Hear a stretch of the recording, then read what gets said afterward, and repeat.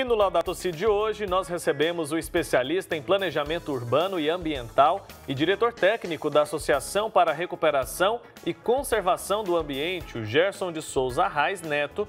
Ele falou com a gente sobre os riscos do uso indiscriminado de agrotóxicos, tanto para a saúde humana quanto para o meio ambiente. Acompanhe. O uso indiscriminado de agrotóxicos pode representar um grande risco tanto para a saúde quanto para o meio ambiente. Sobre esse assunto, a gente vai conversar agora com o diretor técnico da Associação para a Recuperação e Conservação do Meio Ambiente, Gerson de Souza Arraes, que é especialista em planejamento urbano e ambiental. Gerson, seja muito bem-vindo. Olá, muito bom dia, boa tarde, boa noite para você, Wilker, boa noite. Bom dia também para o pessoal que está nos vendo aí na TV Pai Eterno. É uma alegria estar com vocês. Primeira vez que eu participo do programa de vocês, mas é sempre uma alegria estar com os nossos amigos da TV e principalmente da Pai Eterno, que eu sou devoto e sempre estou participando das festividades com vocês lá do Divino Pai Eterno. Muito prazer de receber também, viu, Gerson? E olha, eu queria que você começasse falando um pouco para a gente sobre a diferença ali de se falar agrotóxico, agroquímico. Por que existe essa mudança na nomenclatura? Se trata da mesma coisa? Explica para a gente um pouco isso de uma maneira mais didática para a gente aqui e para quem está em casa também entender. Então, se trata da mesma coisa. A forma como agrodefensivo, né? Defensivos agrícolas, se trata da mesma coisa, é mais uma questão de marketing, assim, ter colocado um nome diferente nos agrotóxicos para parecer menos agressivo, né? Agrotóxico, são tóxicos mesmo, agrotóxico foi o nome que pegou, né, durante a história, mas agora eles estão tentando trocar de nome, de defensivos agrícolas, essas coisas, para tentar suavizar um pouco.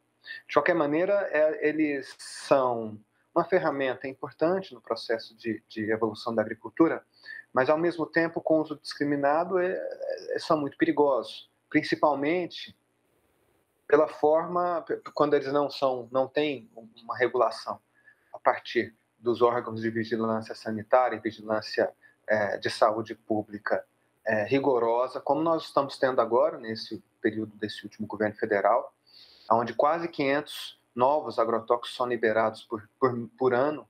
Então, a cada ano, novos 500 agrotóxicos são liberados para uso no Brasil de forma indiscriminada. E também, além dos químicos que estão sendo aprovados de forma indiscriminada, tem a forma que eles são despejados na natureza, que eles são usados.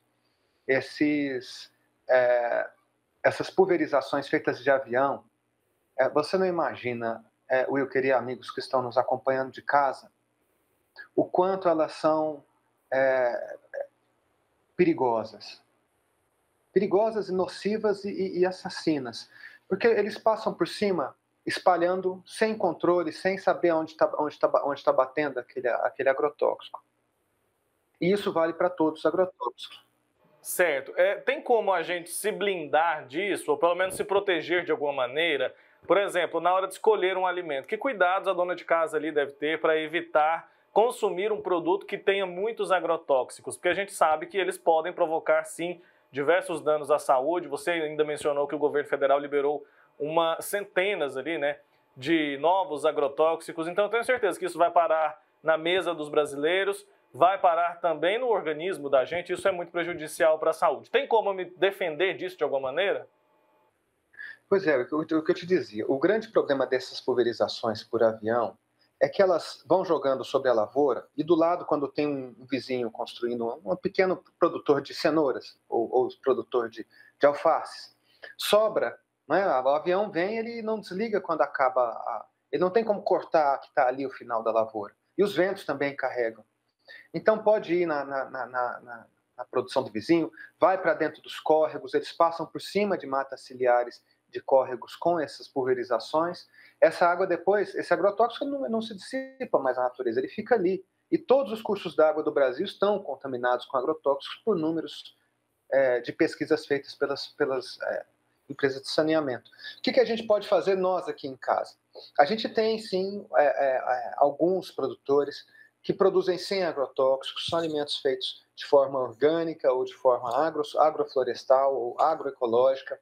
São vários nomes também para técnicas que têm diferenças de detalhes, mas são técnicas desenvolvidas para cultivo sem agrotóxico.